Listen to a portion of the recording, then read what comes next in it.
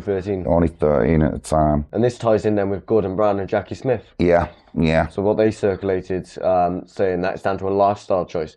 Now, children do not choose to be prostitutes.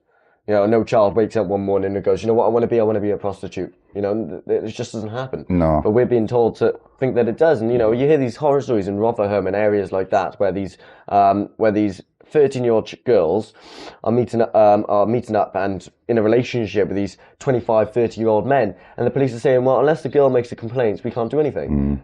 But I thought consent didn't start until you were at least 16. Yeah, honestly. That's what it's like. But I mean, I've been to loads of court cases, and one of the court cases I went to, there was threats of killing someone. That's what some of the charges were in the court case. And this is a rape gang, this. Yeah. And they used to hold guns to girls' heads. This was in Huddersfield, this case in Huddersfield, well documented. Amjad Dittai was a policeman, a diversity policeman. He was up at the same time. Well-known case, and that happens across all these cases, wherever it is, whether it's Oldham, Rotherham, Telford. But we don't get to see that little bit of it. It's never reported hardly in the news. You'd have to go to the court case and listen to the court case if they let you in. So, yeah, it is disturbing.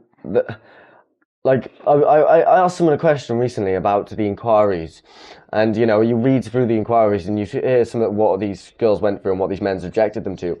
And then I asked, well, is it actually worth, and it said in the inquiry, and he was like, yeah, just read the court document.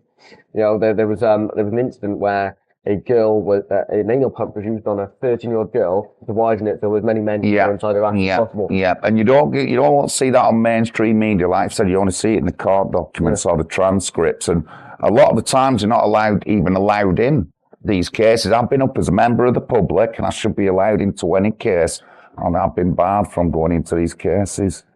As a counter-argument to that, though, do you think that it would be easier with less... I know public needs to know what's going on, but with some of these girls who come in, they're 30, they may not be children when they're testifying, but it may be hard enough for them to testify without an entire gallery of public watching. What do you think? It is, but they have television screens now. You don't need to do it directly. A lot of the girls do go up and do it directly, especially when they're women. But when they're young, you can't always guarantee that. But you can have a video screen up now. And I've been in court cases where they come over a video screen and said things, and they don't see who's in the court. They're just looking at camera, aren't they? Yeah. So we should do more stuff like that.